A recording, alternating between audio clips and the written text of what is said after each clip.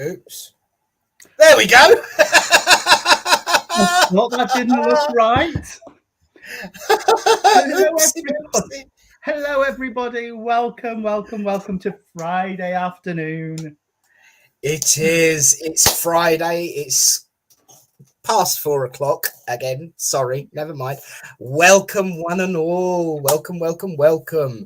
We are back this Friday afternoon to bring you spiritual upliftment, contact, community, discussion, debate, chat, whatever you want. Good afternoon, Mr. Reverend Tony. How are you? I'm very well, Reverend Nick. Very well.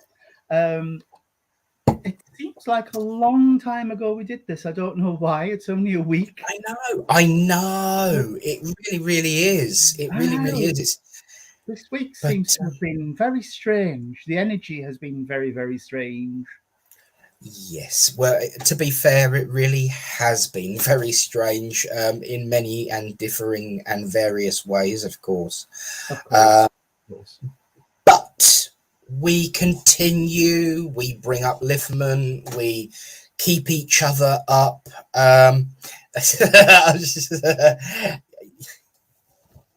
Yes. In the mug, Kaza. I'm gonna say it's just that I ran out of glasses. I've been collecting them on the desk, and I thought it was time to clear up, but never cleaned them in time because the dishwasher didn't do it quickly enough. So yes, it still is my favourite beverage, just in a different container. It's almost a spiritual feeling there, really, isn't it? You know, no matter what the container looks like, it's still the same thing inside. I wonder. Me too, Claire Lilica. Coffee.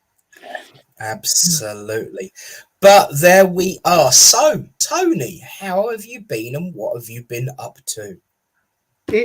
We've been incredibly busy. We've been sorting a lot of stuff out for the Rainbow Project. We've been doing a lot of outreach work with different communities. So a lot of, when you seem to have been putting a lot of stuff out there and then all of a sudden it all comes to fruition and it gets really busy really quickly. We've been a bit like that. Yeah. How have you been, sir?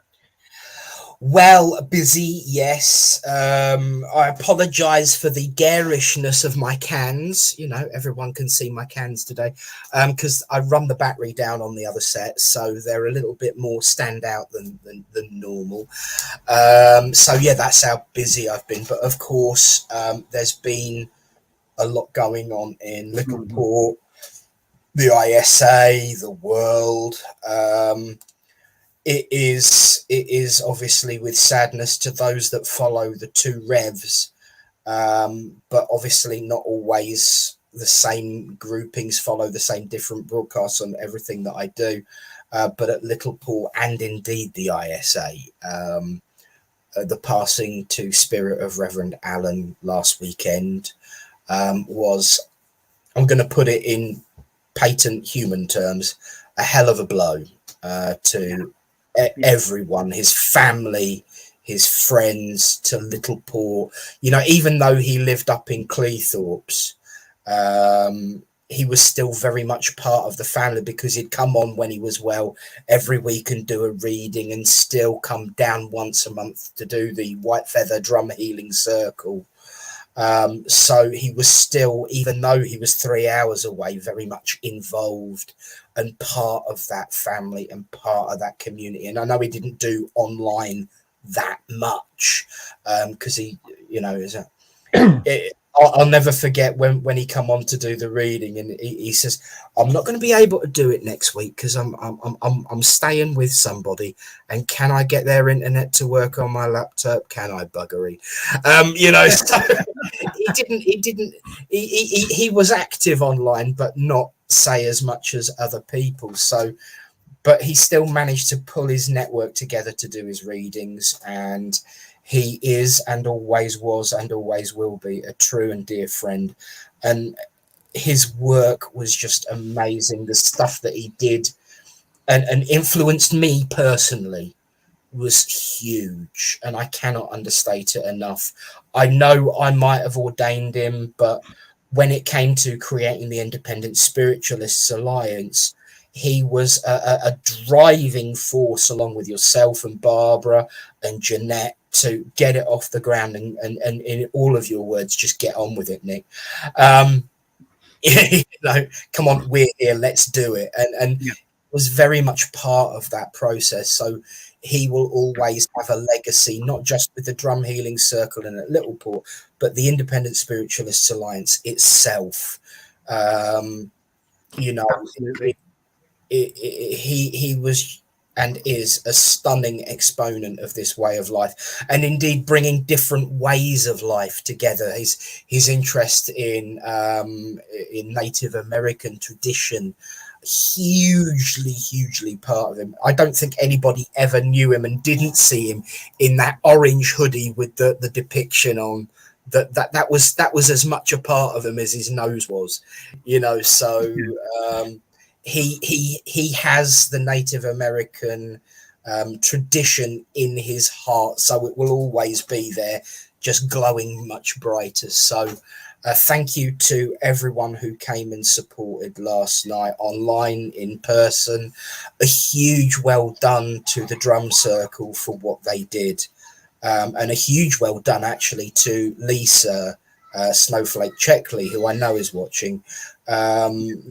Your demonstration was amazing, and you know, you didn't give yourself as much credit as everyone else did, as always.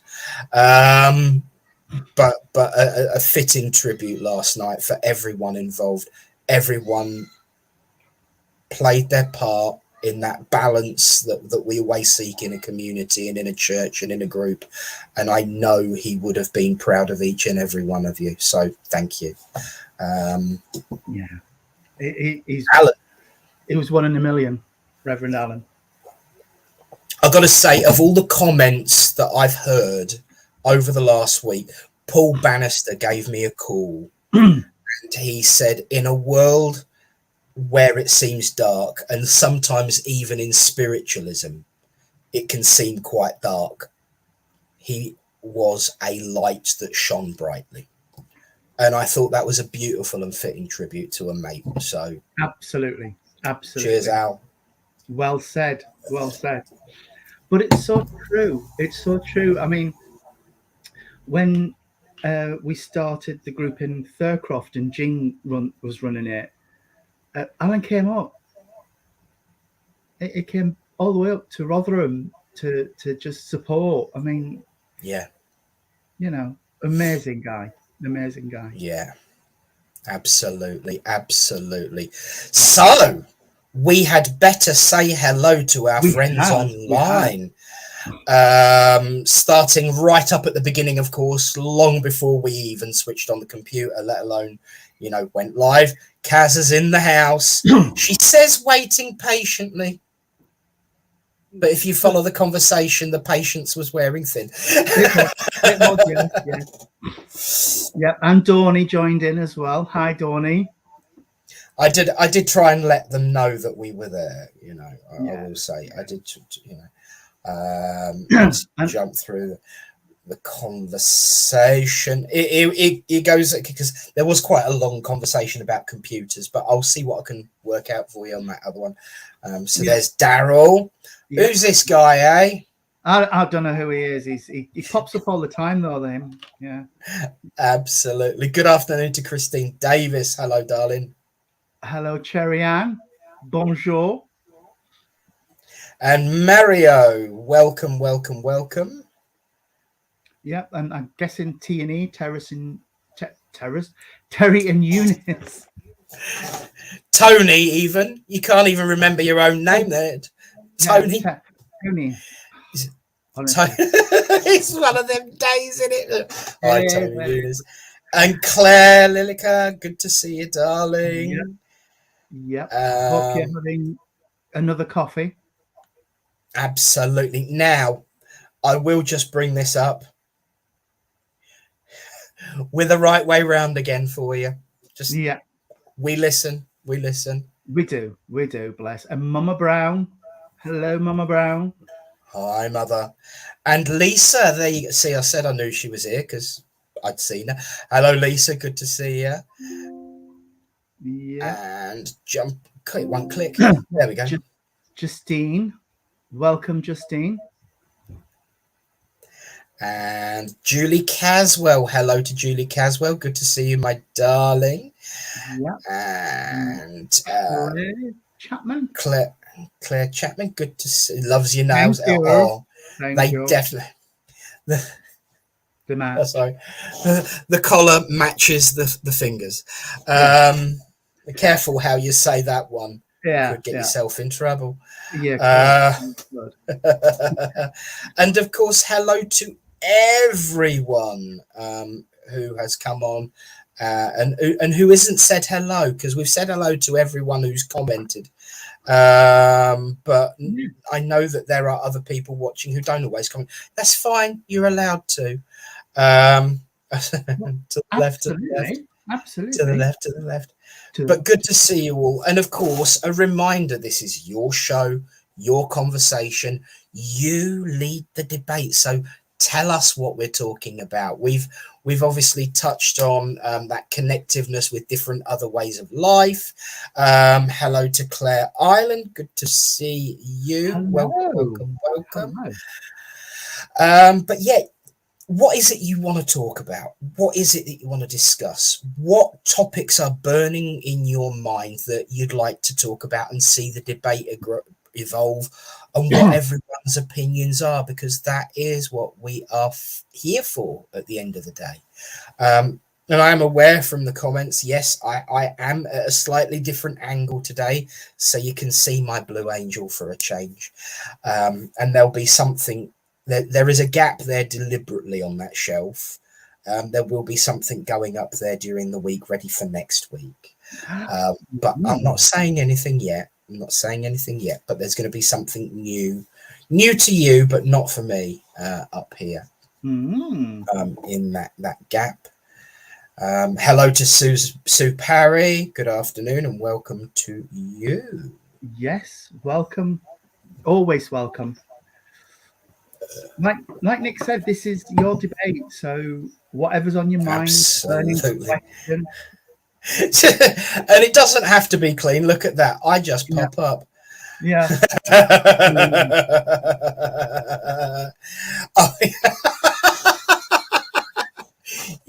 Yeah, I'm not gonna say I'm not gonna argue with that, but I can't. It's good because I can't move around and you can see the untidiness today. So absolutely. But yes, for anyone who, whilst we are just waiting for the topic of the day,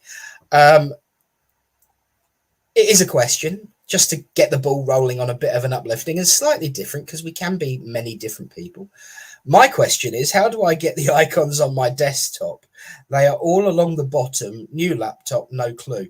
First question, is it a Mac or is it a Windows? You can right click, not on the items on the actual bottom. When they're on the bottom, you can't get a right click menu that says show on desktop anymore, but you can actually go onto the icons in the window, in the list of apps. If you right click on that, you should be able to go to more and then send to desktop. But it depends on which actual which make and model you've got, and whether it's Windows 10, 11, or all of the other, because they're all different. It makes life. Do you know, this is a very spiritual thing, though. We do like to make things difficult. We do like to make things more complicated than they have been by constantly changing things. Exactly. GMA. But there we go. So, what's been going in your world, and what do you want to talk about? Everyone's been very shy and quiet today. They are. That question from Cousin Ruth is a good one.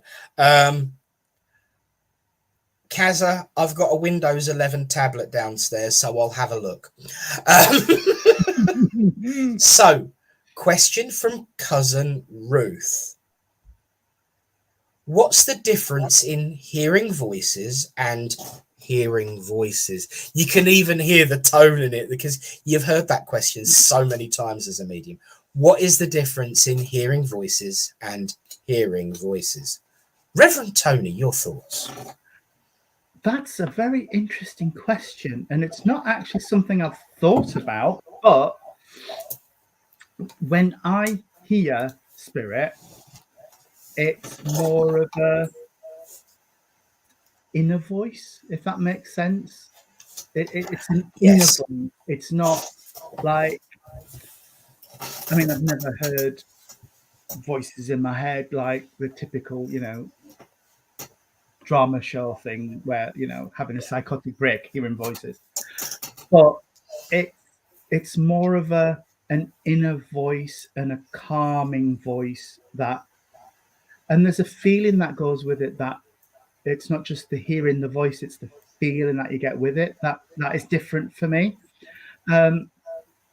When people say, "Oh, I have that inner voice telling me that I'm not good enough," or something, if you're having a down moment or a down day with depression or something, that's more of a feeling, not a voice, where the voices from spirit are distinct voices.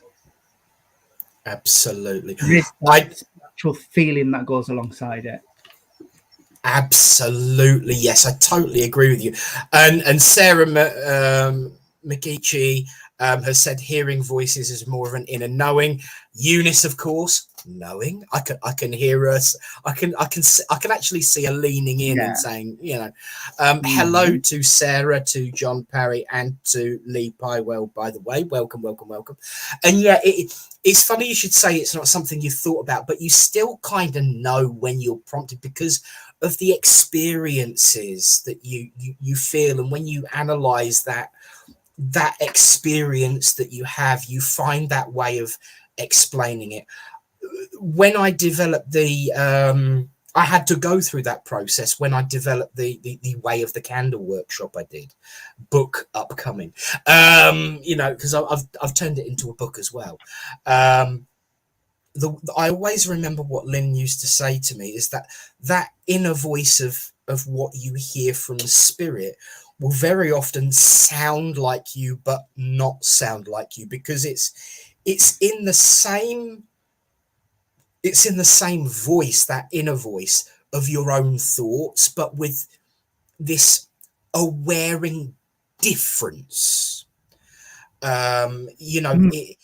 It's your own voice, but with different words and different tone and different inflection, much in the same way as I described trance. And it's a voice you hear, not here, but kind of here. And it's because it's all thought projection, it's all thought transference. When it comes to mental mediumship, at the very least, it's this, and it is that inner knowing of a voice that is in the same style and tone as a train of thought, as your own thoughts. But here we go. It's the same voice, but different tones, being you and knowing it's not your vocabulary.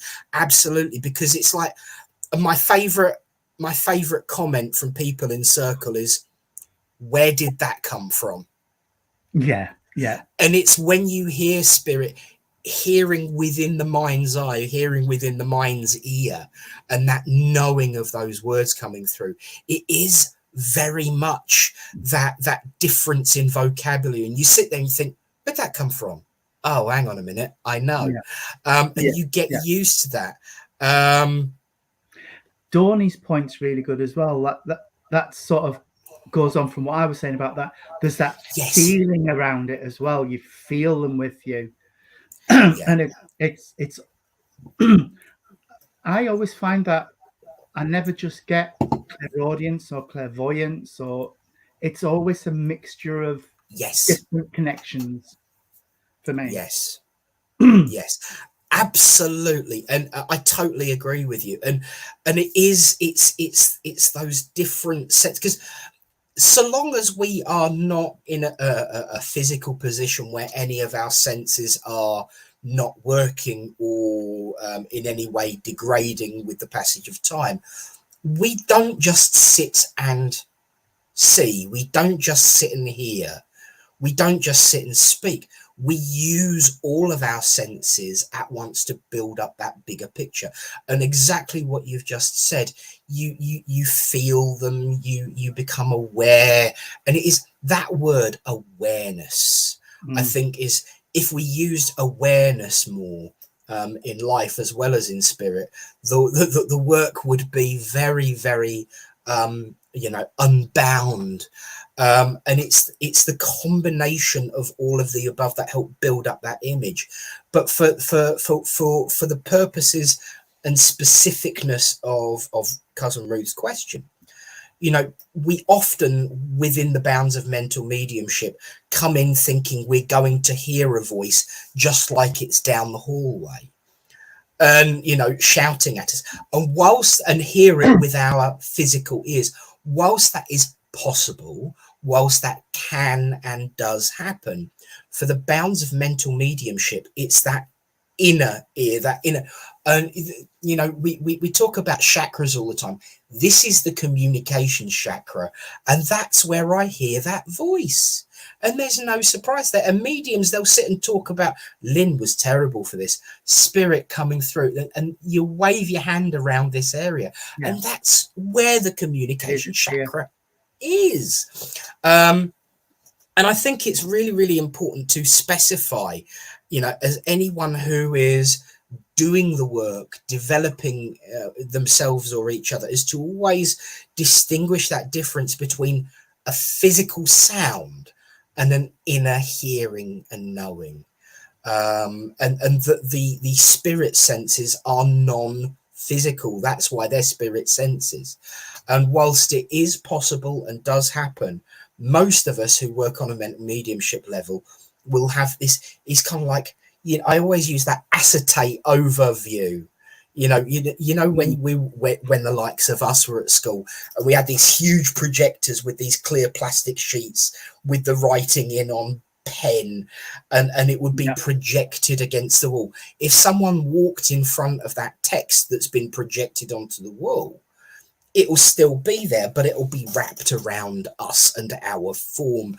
And it's very much in the same way for all of the spirit senses, with the exception sometimes of the feeling those physical pains. They will stick a pin in us where we need to feel a sharp stabbing pain or a dull ache. Other than that, all of them are very much that acetate over projection.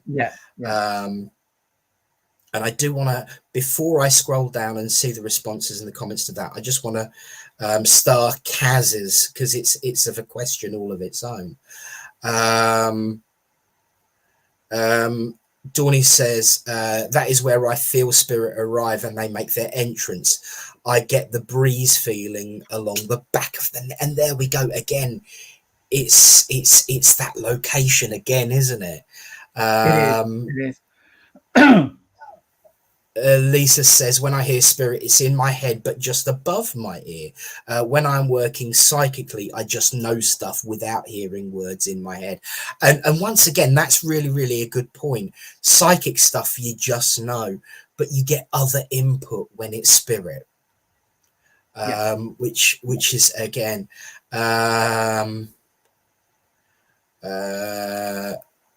this is why they brought in claircognizance as a real thing, as there is so many that just have a clear knowing and literally hear things.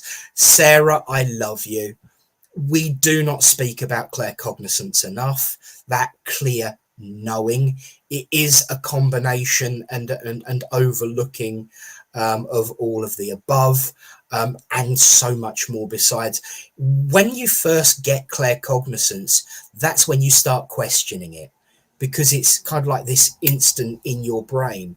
But when you get used to it and when you trust it, it actually elevates the work.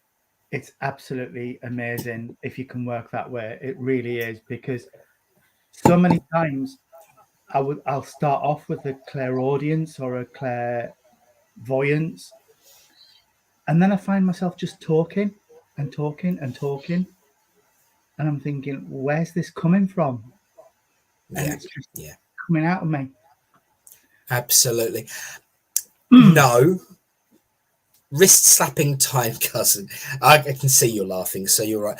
But yeah, I've got to say this is actually a really important comment, because there are many people who have been accused of being nuts because they're hearing voices, when actually if they'd have sat and understood the principles and development of mediumship, that needn't necessarily have been. I'm not going to say that it's always the case, because it's not. We do know that there are physiological and psychological conditions that can make you hear voices, absolutely.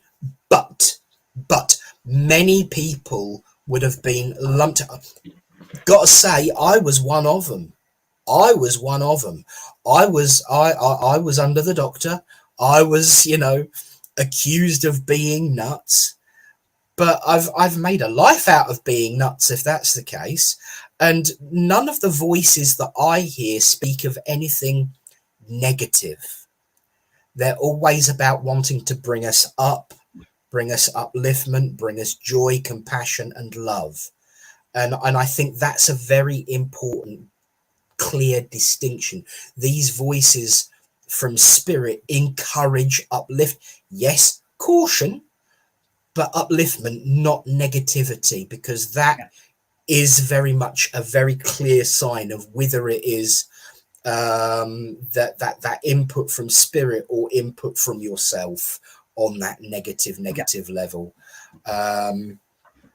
Yeah, I'm with you. Recently, so I understand the frustration and the concerns.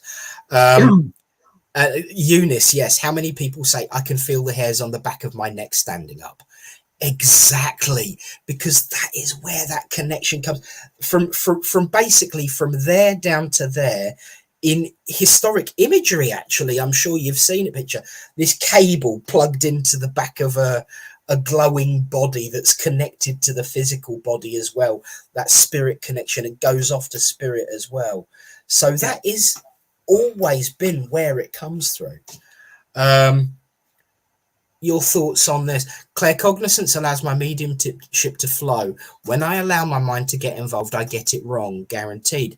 But when I just allow my clear knowing to flow, it flows well and is correct. Why do you think that is, Tony? Is it just trust, or is it something else? I think it's trust.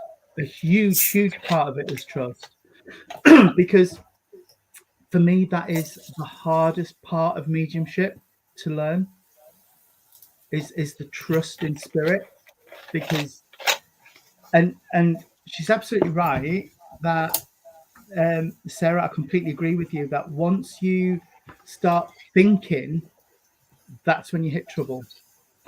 Yes. Because the first thought's spirit, the second thought is you. Every time. The first thing in your head is from spirit, the second thing is you overthinking it, and it's not yours to think on. And it's my pet peeve when you're in a circle and people will say, I have got something, but I'm working with it. No, don't work with it. It's not yours to work with. It's spirit. Just get up and give it. And Brilliant. if people stand up and give what they're getting, they'll be fine. They'll be fine. Yeah. It's overthinking that. And that's the human part of it. Because, and the other thing I think it is, Nick, is something will happen, something will come into your mind, into your brain, into your hearing, vision, whatever, and it'll be nonsense to you. So you'll want to think about it and want to process it. No, it doesn't have to make sense to you. It needs to make sense to the recipient. That's all that's important. Whether you understand it or not is irrelevant. And that's that. We're all nosy. I know we're nosy, and we all want to understand. Oh, yeah. But it's like nothing to do with us. Just give it off. And that's what's important. So Sarah, I absolutely agree. Just trust spirit and go with what you've got, and you won't go wrong. And that really does sum up. For a long time I trusted spirit but doubted myself, so I believe you need to trust yourself as much. You really do. Julie says, I get when spirit talking like a conversation in my head, in my voice. I once heard a different voice say hello that came from the middle of my head. I mainly don't hear and just start speaking, and it was the first time I'd heard it. Yeah, absolutely. As you develop and grow, so does your contact with spirit, doesn't it? Absolutely. And don't ever do what I do and think, oh, I'm enjoying this way of working. I'm really enjoying it. It's really good. And because every time I've said that, spirit go, yeah, you're getting comfortable, then we're going to shift things around. And something will change, and or a different guide will start to build, and it gets you really off balance a little bit, because it's like, whoa, what's happening? I don't understand this. I don't feel this. What's going on? Oh, yeah. Just bear with me 1 second. You're all right. Whilst you're sorting out your animals. I'm on my own again. Lisa says you're absolutely right. Say it. It is like catchphrase. Say what you see. Absolutely, yes. Say what you see. Cherry, yeah, I thought you might say that. It is very much about that trust in the information. Now, I want to come to what Sarah said. I don't understand people sitting with something and then building on. It doesn't happen that way for me. I will go to someone and ask for someone to come through for them. And this comes very much down to your own personal attitudes, feelings, ways of interacting with others, but also the way we are developed. We are very influenced by those who develop us in the way we work and the way we grow. And so it will, and this is where we hit a jump off point within this way of life. We cannot understand it. We can just work our own way, as you do. There will, however, be parts of this way of life that will turn, and I've heard it. You must not work like that. You must work like this. You are doing it wrong. And I think that is where we as a way of life fall down. And, you know, there are many. I work the same way as you, Sarah. I absolutely do. And so I understand it. You can look at it and you think, well, why do you do it like that? But there is a difference between not understanding it and not working that way to then becoming a developer of people and saying, don't work that way. The way I say is, I'll give you some information. This is how it works for me. But if you work in a slightly different way, absolutely work your own way, because you've got to, and I'm sure Sarah will agree with that, you have got to work the way that resonates with you. You have got to work the way that is within you, because spirit know you better than any mentor or teacher sitting in a chair in front of you, and I include myself in that. Spirit know which is going to work for you, and it's very telling of your personality that you are very open to building a conversation. You are someone who would build a conversation with an individual and go up to a stranger and say, hello, who are you? Talk to me, rather than sitting back and thinking, you know, I want to know a little bit I want to hear you speak before I start engaging with you. And it's very telling from that statement that would be more your personality. And I haven't scrolled down deliberately to see if you've responded to that yet. And no, I'm with you. And you know, sometimes it's frustrating that we can't do it the same way as other people, but then embrace who you are and your personality and the way you work, because it is you, and you are unique and different and special, and will reach people that other people who work like that wouldn't necessarily reach. And the same flips across with that you are absolutely going to find people that wouldn't be able to resonate with that way of working, but would find it easy with other people. The comments are coming in thick and fast, and I'm struggling to keep up. But yeah. Mary Workman says, be true to yourself. Everybody is totally different. And absolutely. I'm with you, Sarah. I get that sentiment completely. Tim is in the building. Can you imagine how boring mediumship would be if it were all exact? There'd be no point seeing different mediums. Absolutely. Yes, Tim. There'd be no point going to different mediums if we all work the same way. That's the thing. I mean, Michael raised an interesting point once to me.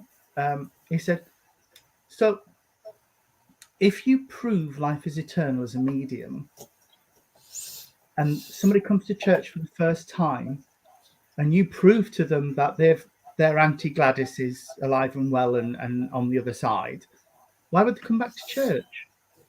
Because everybody's different. And then you get beyond the everybody's here for a message that I hear so many church people saying these days, oh, we don't want any of that philosophy and stuff. Everybody's here for the message.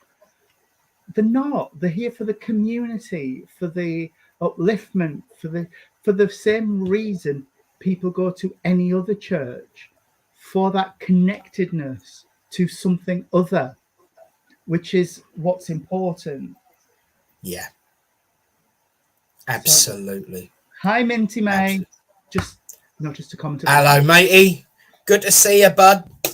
Welcome. But yeah, it is all about that develop. It is totally all about that individuality and that unity that can be found through that individuality. And once again, to back up what you said, there will be different mediums working in different ways, and we might sit there and think, oh, I wish I understood that, and I do all the time. But what you give as a medium will be one aspect of that person and that personality. Another medium will bring more, and it builds up that trust in spirit. It builds up that way of working, and you can sit there as a congregation member or someone watching the demonstrations week in, week out from different mediums, and I like that way of working. I want to explore that, and I want to learn about that, and I want to work like that, not exactly the same as that, but I want to work like that. And it helps you develop your personal style of mediumship. It helps build up that image of spirit for all watching in different ways, and it keeps it fresh and interesting. As well. It is. I mean, I can't imagine anything worse than us all going up on rostrum wearing a grey suit, grey shirt, grey tie, grey skirt, whatever, and just regurgitating the same 5 bits of information about no. And exactly, Eunice, exactly. That's why we develop the next generation of mediums. We don't teach them our ways. We see what's there and enhance it and bring it forward and develop that connection to the spirit world. And that's all we can do. It's up to everybody else to work out how they will work with spirit and what evidence they're looking for from the world of spirit. Yeah. Absolutely. And again, I was waiting to see if Sarah commented. I can see why it took a little bit longer this time. Wonderful. People can go to loads of mediums to bring through the same person, but we'll get a different part of that person through different people. I might bring through their personality. You might bring through their love of horses. Another might bring through about their job, etc. It all depends on what's in. Thank you, my lovely. Our memory banks, because as a spirit person in the world of spirit through trance today said to me, man only knows what man only knows, and we have to build our experience memory bank to be able to understand and interpret what's coming through to us. And if we don't understand a concept or a situation or an emotion, we ain't going to be able to emote that. No. But spirit will use somebody else who has to do it. And so the more, and this is, people say to me, I very rarely find a medium who hasn't suffered.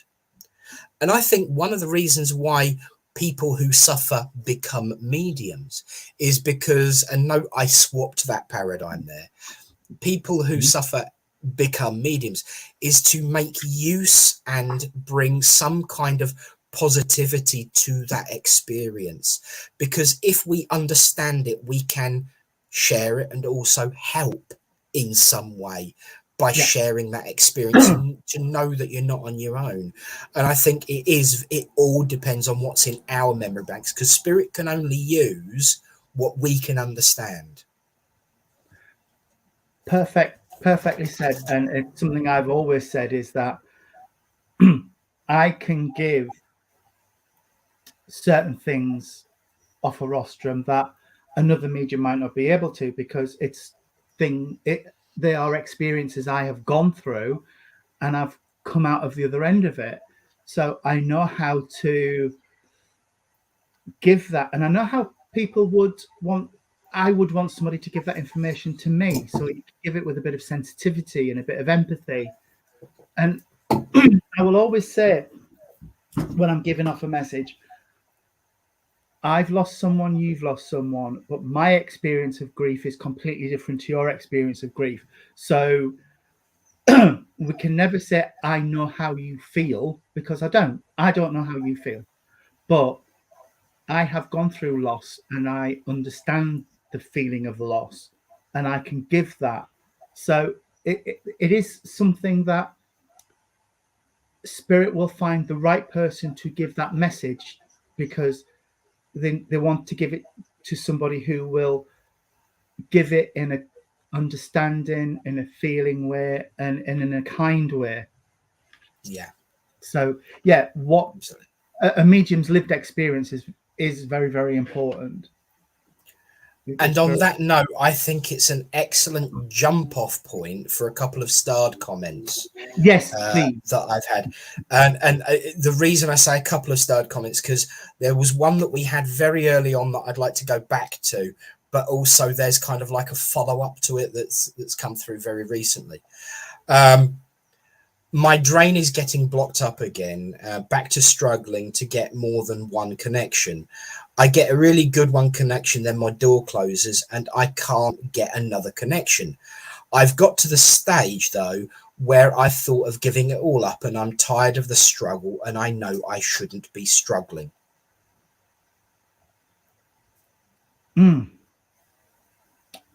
I get that, Kaza. I really do, because I've been there. I would get up. I went out with Jean and her friend at the time, when I was developing as a medium, and I would get up and I would give a really nice message off, and then nothing, absolutely nothing else would come through. And for me, the more how can I say that?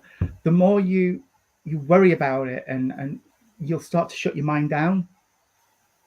You really will, Kaza. And it's not that they're not there; it's just you panic, and once you panic, you put the shutters down, and they're there trying to get through, but you just won't be able to open up to it. So just stay calm, breathe. It will come. It will, honest, darling. It will. And I think Sarah's comment to the continuation of the previous conversation also adds a little bit of clarity to this as well. Sarah said, I've had to stop a couple of readings as I've had absolutely nothing in my memory banks to bring forward. Obviously have lived totally different lives. This is just one reason why we might start struggling in getting that information. And you're absolutely right. The more you get anxious about it, the less will come through. And this is because there are so many different aspects that can influence that connection. For example, let's use a TV as an analogy. There are times throughout the year when the weather stops the TV signal coming through. We call it atmospherics. You'll get a flashy image and you'll get the sound, or you'll get no sound and it will start going to a blue screen of what's it, and you'll get that little message, no signal these days. Once upon a time, it used to be that fuzzy, grey, snowy, you know, back in the days of non-digital. It would, the screen would start sloping across personal anxiousness, a lack of knowledge of the experiences and that personality that's coming through can make a difference. But big for me is our own personal fear of not being good enough. And I've got to say, I promised myself we'd have a gentle week and I wouldn't get on my high horse this week. Guess what? I've already broken that. One of the wonderful things about the pandemic is that it brought spiritualists together online. It built bigger communities, you know, for all the horror that happened in that time. One of the wonderful things was that we came together, got out there more, and certainly people came together in development and growth. But with more people coming together in a more public but closed environment, because you're only seeing a snapshot of that person's life. It's that postage stamp analogy.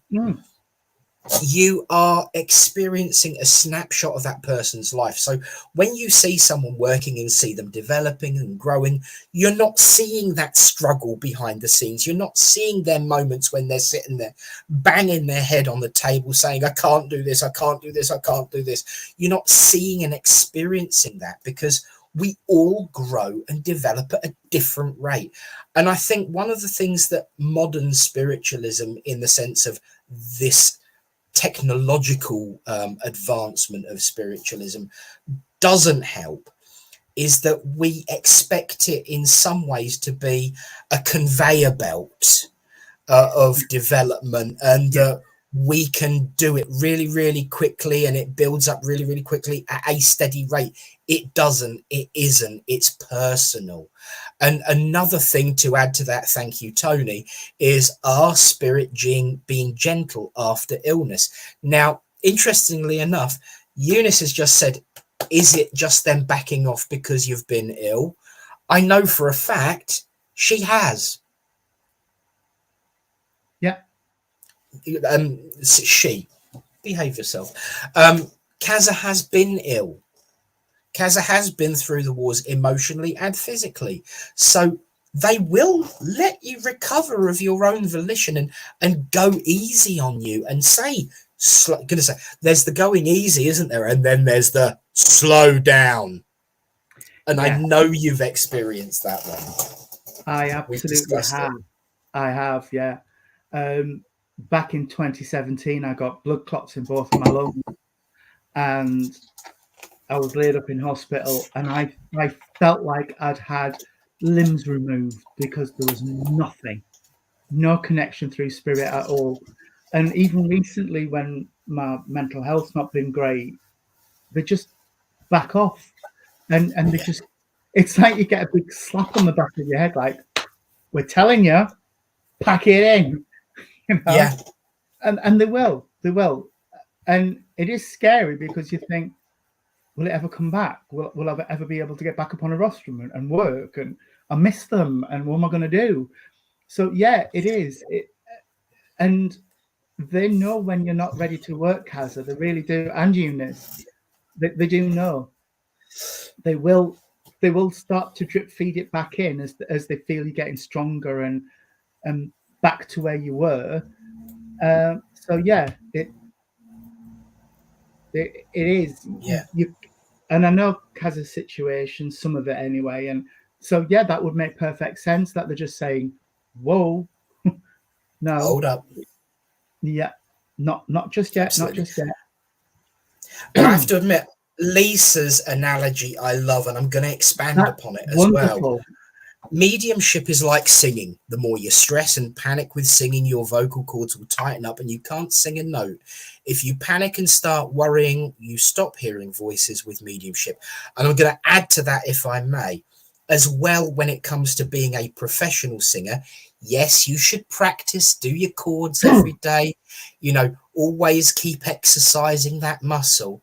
But if you do a stint of a 12-night concert, and you're doing huge power ballads every night for 12 days, your voice will still go no matter how well you're good at singing and no matter how much you exercise it, because you will be overdoing it and overburdening it. And I think the important that thing we said about, experiences, one other thing that does tend to happen in this way of life is we become so involved because there's so much going on.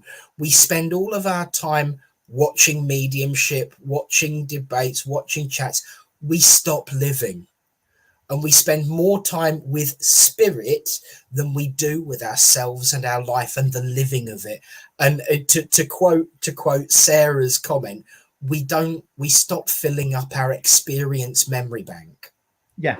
And so you have to get out there and smell the coffee and the leaves and the life that is lived, because life is as much a part of the process of mediumship as sitting and listening to mediums and working in circles and developing. And sometimes we can spend too much time actually working with spirit and not enough time actually living. There has to be that balance. Absolutely. And what the one thing spirit won't do, and this picks up a point that Sue Parry's just made about her and John, the one thing spirit won't let you do is they won't let you run away to the world of spirit to avoid your problems. If you're going out to churches, as I've done in my life, 3, 4, 5 times a week, and doing online services as well and different things, to escape from something I don't want to face up to, that again, they'll slap you on the back of the head and say, whoa, no, deal with this first, then we can come back to it.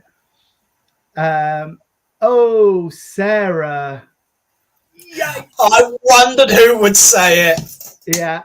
You win the internet today, Sarah. Well done. Yeah.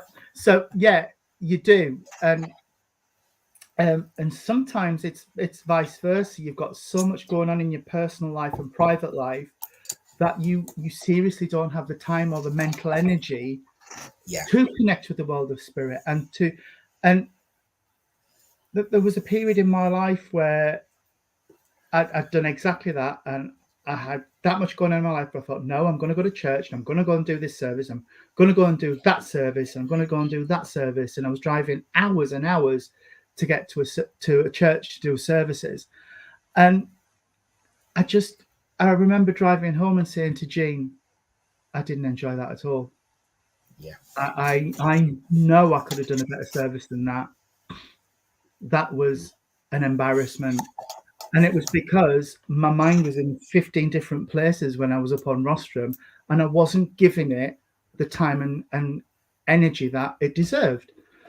So both sides of my life then suffered. And it does make a difference. It really does. And I do like Sarah's other comment about they are a fantastic employer and don't want you to work until you're on top form again. But Indeed. Enforced annual leave. I actually had an enforced annual leave, and I don't talk about it much, but perhaps I should. Especially in circle and development, when I'm working with people, helping them develop. I actually had about 5 years where I came off the platform and didn't do any public work at all. Yes, I still sat and spoke with my guides. I would write things down. I would communicate with spirit. I was still exercising those spirit muscles, but I didn't go and serve churches because I had burnt myself out. Like you, the 2 or 3 times a week, getting carried away. Not to mention I was doing a full-time job that was upwards of 90 hours a week sometimes. I would literally be getting up at 4 o'clock, and this was an average Sunday at one point for me. I would get up at 4. I would go to work for a 6 o'clock start. Sometimes on Sundays, actually, it was a 5 o'clock start. I would start at 5, finish at 1, 2 o'clock, sometimes 3, pushing it to 4 if there was a problem. I'd go home, get showered, get changed, get in the car, go and serve a church from about 7 o'clock. 7:30, I would do the service. I would finish about 9. We'd stand and have a chat. That was then 10. Start making way home 11, 12 o'clock. Back up at 4 the next morning. And it would become a vicious circle, and you'd want to keep pushing yourself to do more and more and more. But when you do that, you end up doing less. You do. And in actual fact, the only more you do is damage to yourself. Yeah. Yeah. And Absolutely. so I had an enforced 5 years off. They literally would not let me do anything publicly for 5 years. But I tell you what, when I came back, I felt like I loved it again. It should never feel like hard work. It should never feel like hard work. It should always feel like, and I will say, it sounds a bit cheesy, but I always say it's a privilege to do what we do. It really is a privilege. And when it stops feeling like a privilege and starts feeling like an industry, that's when I need to go. That's when it's time to pack it in, because it's not an industry. It's not a job. And I mean, we always say we work with spirit, but I mean it in the sense of we work alongside spirit. We work with their energy, not that we work for spirit, because it's not work. It's not work. It's a privilege. It's an honor to come here every Friday and to talk to you lovely people. And I know we're not giving messages off and things, but we're still doing spirit's work. Absolutely. Evelyn, recharging is always needed. Take care of yourself, because if you don't take care of yourself, you're no good to anybody. Yeah, absolutely. And you know what? I've got to say this, because that word work and industry, totally agree with you. And many of you will know that last July, not the July just gone, but the July before, I actually gave up full-time work to, live and work as a medium. And when people say to me, how's the new job going? My response is always, I haven't worked a day since I left work. No. Because it's a way of living, and I enjoy what I do, and it's not a burden and a chore. Yeah, sometimes you'll have a slow day and you'll be really tired and knackered, but I still enjoy it when I'm tired and knackered. Look, let's be honest with everyone. Tony, there are times that we have come here at 3:45 on a Friday afternoon, and we have felt rubbish. We felt as flat as a pancake. We haven't got a clue what we're going to talk about. You lovely people bring us up, and we always finish on a Friday happier and more uplifted and more energized, Cherry, than we started, because it's that contact with that spirit. It's that continual growth and enjoyment of being part of this experience and this journey and this exploration. So yeah, I haven't worked a single day since I gave up a full-time day job, because I love working with people. I love dealing with people. I love being with people. And this role that I have, and that's the word that I tend to use more now, this role that I have in my life is so liberating and pleasurable and joyful and again, that word, energizing. There's there are so many words that are bandied about employment. Work to live rather than live to work. And if you can do something that you love, you'll never work a day again in your life. And I very much feel like that, but I still get shut down. Nick, stop it, have a rest, live some. And you've got to find that we talk about karma being from an element of another religion. You've got to find that karmic balance, the yin and yang, doing the work of spirit and living at the same time. Booyah. Absolutely. And I've seen it happen. I've seen people who are going at it hell for leather, out every night, 7 days a week, doing stuff during the day as well, and then they disappear. They disappear because they can't sustain it. Yeah, lots of absolutely brilliant comments coming through as well. Yes, absolutely. Especially from my mother. Yes, and he never stops talking. But we wouldn't have him any other way. Yeah, you would. Picking up on some of those lovely comments, working with spirit should be enjoyable and pleasurable, not a chore. If it's a chore, you need to take some time for yourself and they'll come back when you're ready. I know you speak from personal experience in your development, Dawny, and I hope this is helping you at the very least, Kazza, in letting you know that you're not alone and that we've all been there. Any true medium will be forced to stop. Yeah. That's important. It is. It is. Oh, just picked up Michael's. Yeah, I was actually just hovering over that as well. Look, there you go. Yeah.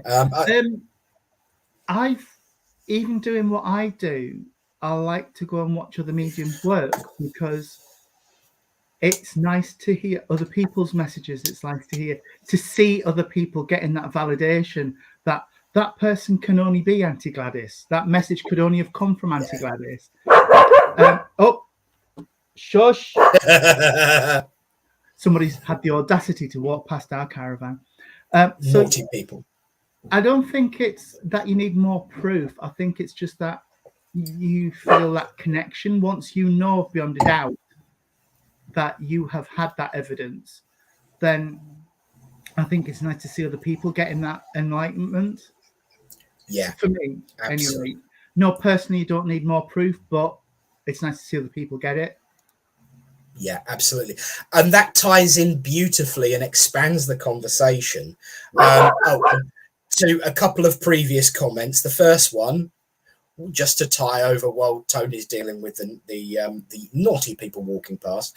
I hope you didn't poop yourself again, Kazza. That was the last time. I hope you managed to at least change them before this time. And hi, Joanne. Welcome. But this comment from Tim from earlier once again ties beautifully into the last and leads to the next. I think once it's been proven to you that your loved ones have survived the physical death and you begin to accept that reality of spirit world, then the beauty of spiritual philosophy has its importance. And that is a very, very prevalent for many people, even those that say, oh, I don't have any set philosophy.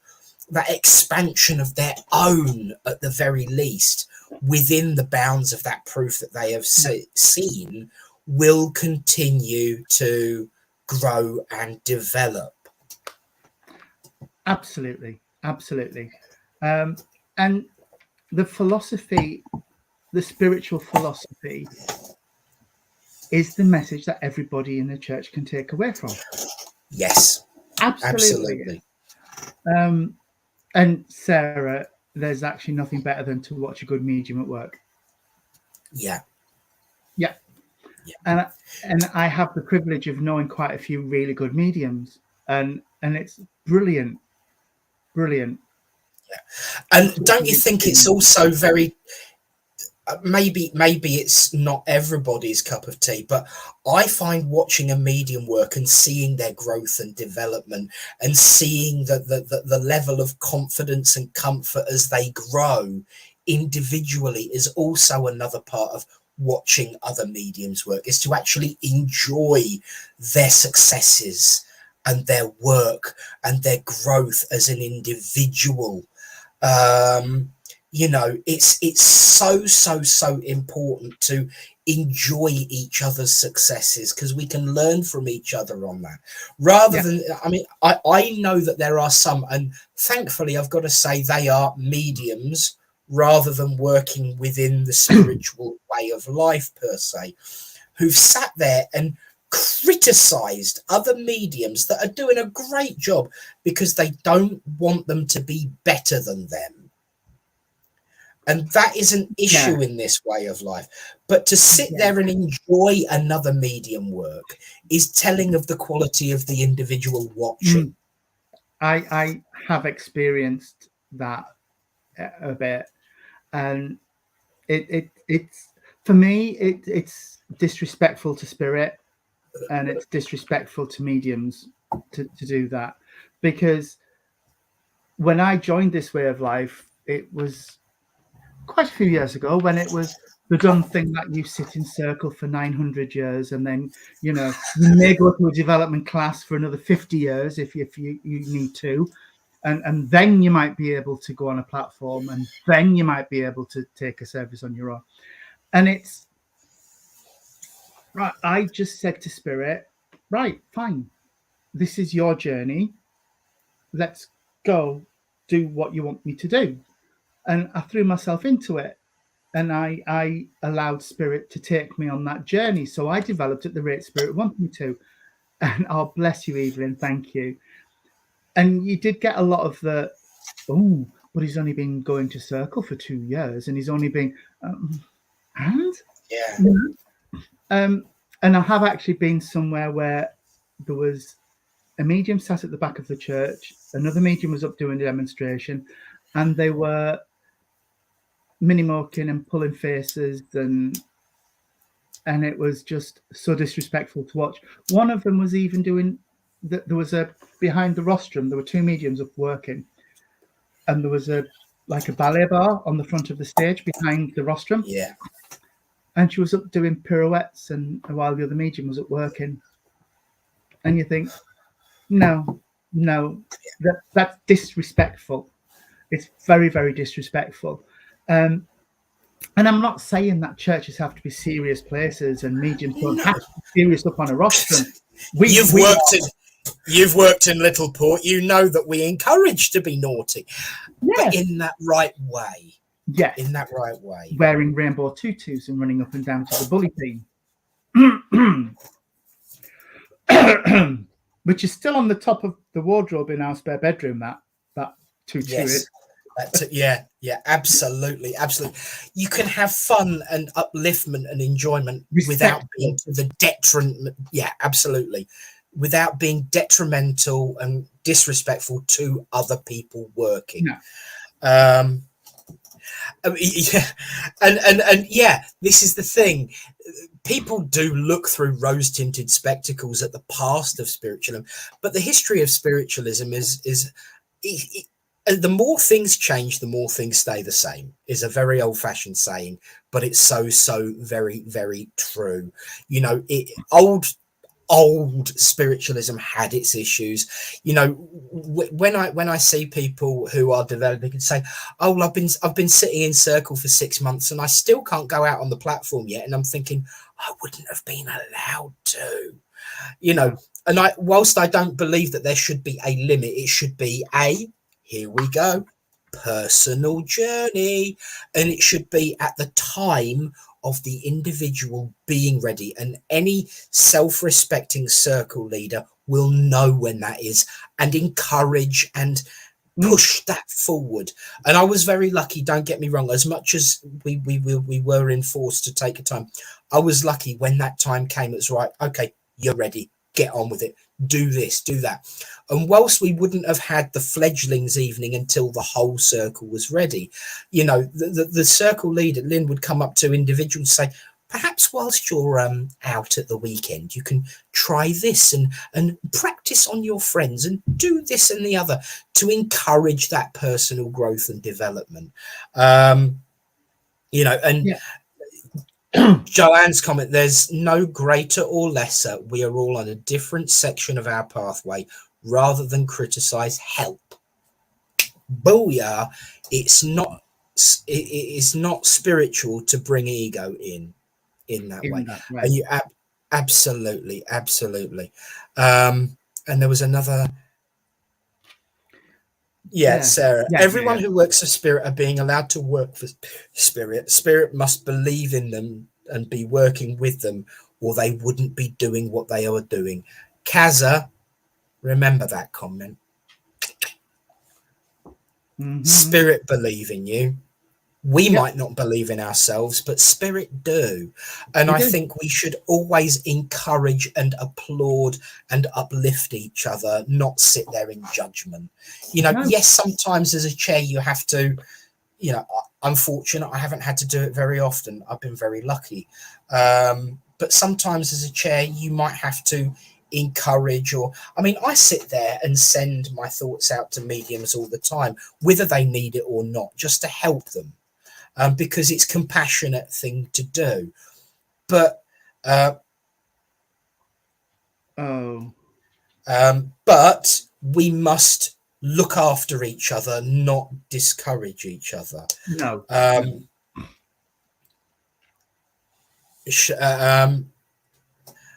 By the way, Nick, I went on platform last month. Wasn't as worried as I was. The healing worked. Yes, absolutely. And this is it. We should be applauding each other for giving it a go and pushing ourselves and advancing our experience.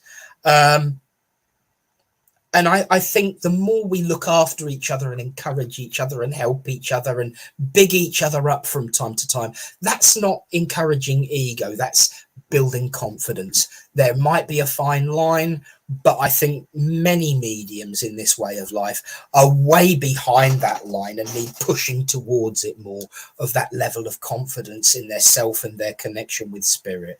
And, you know, to berate another medium so visibly and so harshly because you think you're better than them, that might not be what the congregation are sitting there thinking. That's all I'll say. That's all I'll say. Shall I go back to that? Yeah, please. So yeah, you did ask last week. Yeah. So Susan has just, if there is any news on Alan, and unfortunately there is, for those that didn't join us at the beginning or have missed the update, sadly Alan passed away last Sunday, and he is now being uplifted and looked after and healed and giving strength and support by spirit, and as people down here we must give each other and Alan's friends and family that strength and support, because he's being looked after. He's okay now. He's being taken care of. We need, just in the same vein of what we've been talking about mediumship on a human level, it's now time for us to look after each other and ourselves within that same similar framework. So for those that don't know, there is that, and thank you for asking, Susan. It what gets me, and I've been doing this now for 10 plus years, it's still hard. It's still hard to lose somebody, even though we know he's in the arms of those he loved and he's with spirit. It's still hard from us, from the human level. Yeah. And this is why I get really, and I'm going to say a naughty, and I don't care. This is why I get really, really pissy when people say we're obsessed with death. We're not. We understand it. We are aware of it. And yes, to an extent, we deal with it. But we don't like it. We don't want it. We don't welcome it. We are obsessed. And this is going back, actually, getting a bit of help here. This goes back to that whole point about difficulties within mediumship. We are and should be obsessed with life, because it is the life that helps us to develop our mediumship, but it's also the life well lived that we must be focused on. And we are not obsessed with the dead or death. We just work with those ancestors. there's a very, very Native American phrase here. We must work with the knowledge of our ancestors to add, flourish, and encourage our own lives. Yeah. And I did see somebody say in a philosophy, it's our job to, as spiritualists, to tell people they shouldn't grieve.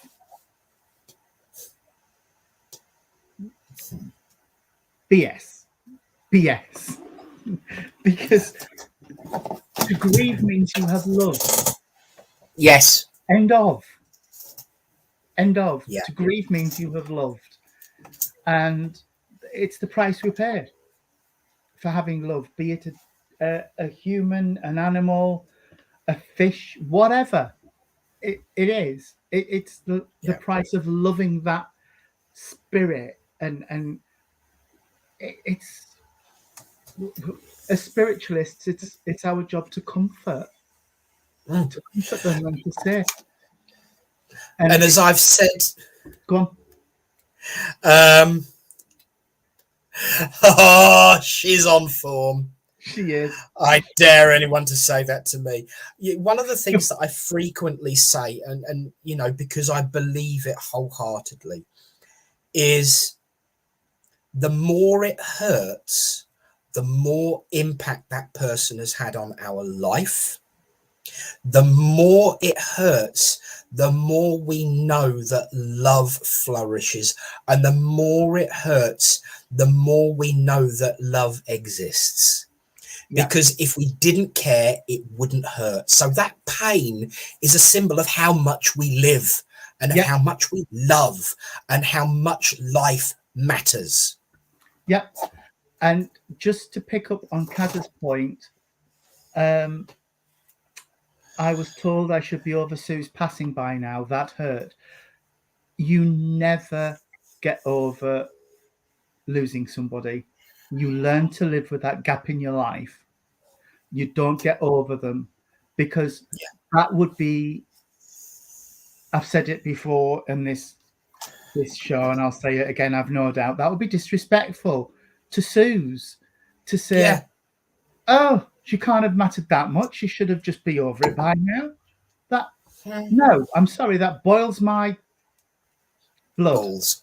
Yes. Oh, okay. Christmas breakdown. There you go. We've got to add. I totally agree with you. You know, I'll use my tooth as an analogy, right? Because everyone knows by now I've chipped my bloody tooth.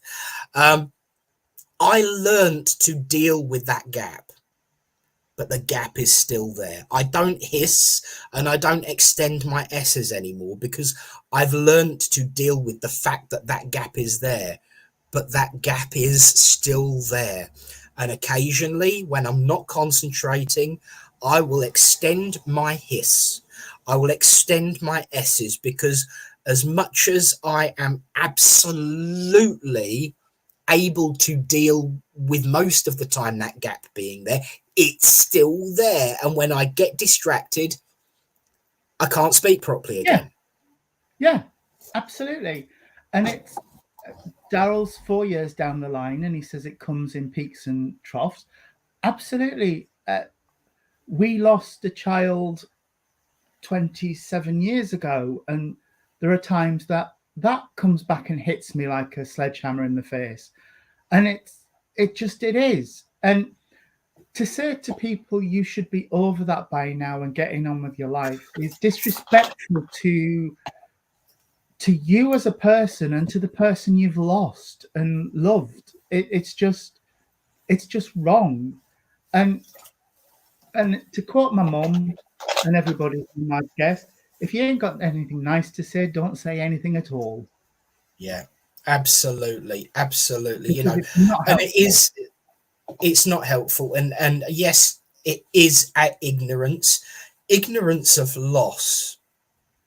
And I've got to say, in one way, people who say like that, I feel sorry for them, because what have they missed in their life to be able to say that you can get over it that quick? Yeah, don't get me wrong.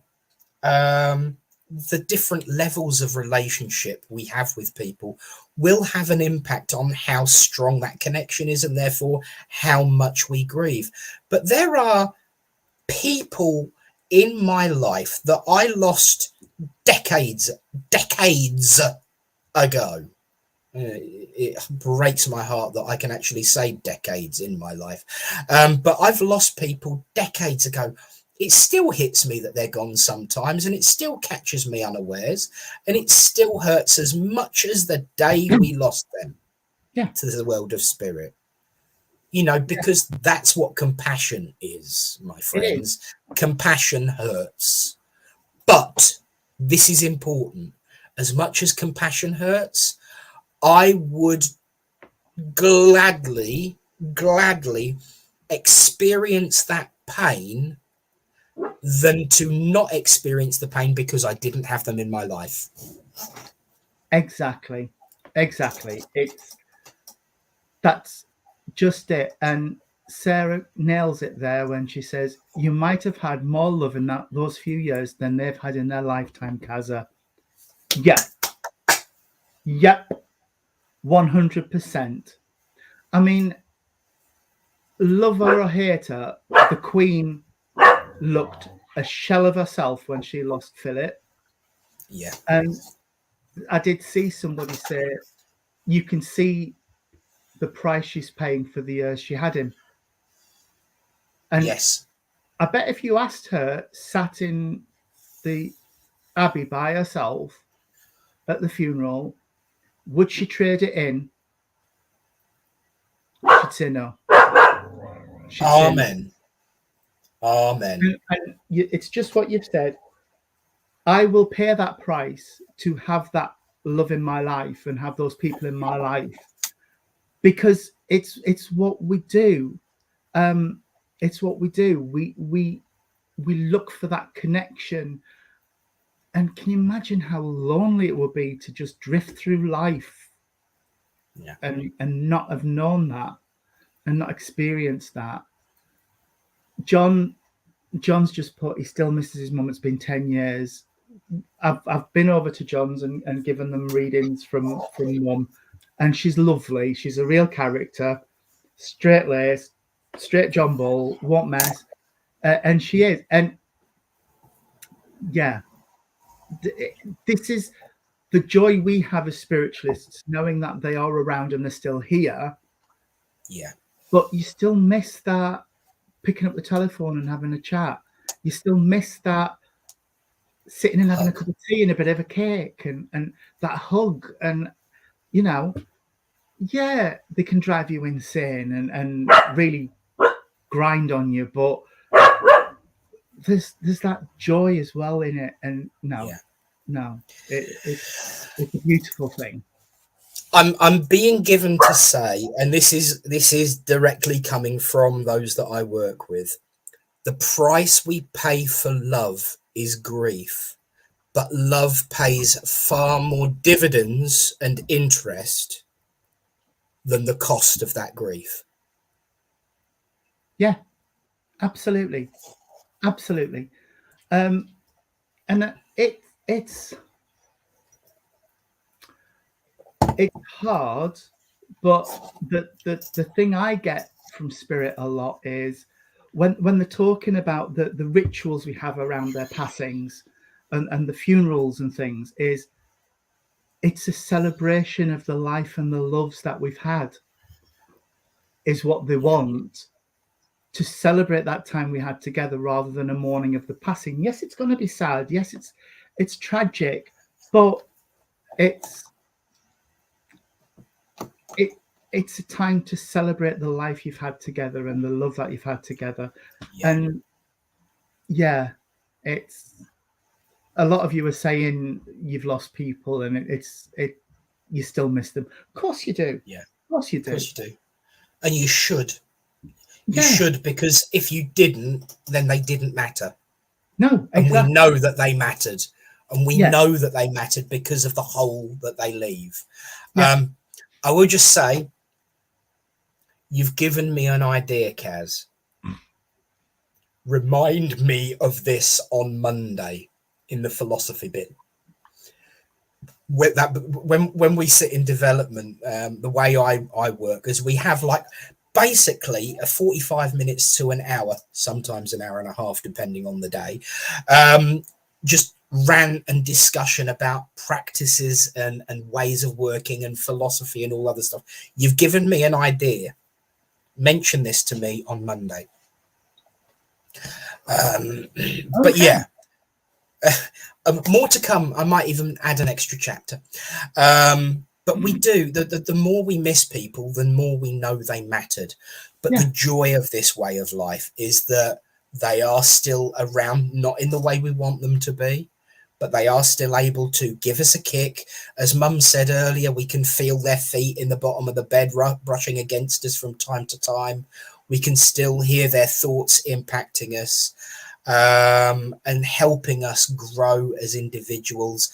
And one day, we pray it to be a long time in the future, we are reunited in a different form and in a different way. We'll never have that physical contact again, but that blending that we experience in the spiritual way of life can be just as fulfilling and sometimes more intimate than a physical connection. And when we all become energy again, we all do blend together in an ocean of love. And we are all droplets of water in an ocean of love. And we must remember that, that love endures longer than anything. What is built endures. What is grown endures. What is loved endures. And human beings do endure. Absolutely. Absolutely. And yes, he does, Sarah. Oh. Yes, online circles. I've got some during the daytime. I've got one that's coming up. Yes, Dawny. In the evenings. Hopefully it's going to be a Tuesday night starting very, very soon. So yeah, I do development classes online mostly. I do once a month workshops in the village. I make lunch. We're having soup and a roll this time. Oh, but thank you all so much for a really engaging conversation today. It's 5:30. Can you believe it? I can't. I got to get something to eat before Michael's got a meeting at 7. We've got to pack because we've got to be home tomorrow to go and see the Rainbow Project. If anybody's around Rotherham, we will be at the Rainbow Project in Rotherponderne from 1 o'clock. I've no doubt we will, and we'll advertise it in the Spiritline Continue the Debate page. It's banner time. There we go. You can continue the conversation by going to facebook.com/groups/Two Revs, where you can continue the debate, and I'll share that information. And you can continue the debate yourselves. Enjoy the conversation. We will jump in. And yes, if you are up northerly, do support the Rainbow Project. They do some really, really great work up there. And, it was a privilege to come and speak to the group, albeit online.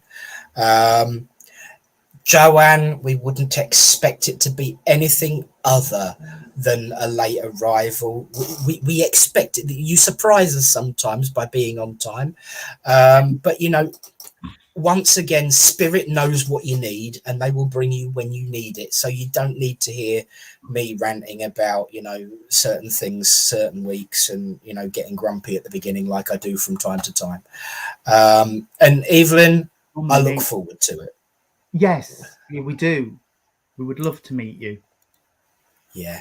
But there we are. So thank you all. And again, Reverend Tony Swindles, I thank you for sharing your afternoon with us and with each other. You. Yes. Thank you, everybody. And until we meet again, stay safe, everybody. God bless. May the peace of the Great Spirit go with you all. But for now, it's goodbye from him. And it's goodbye from him. Bye. Bye.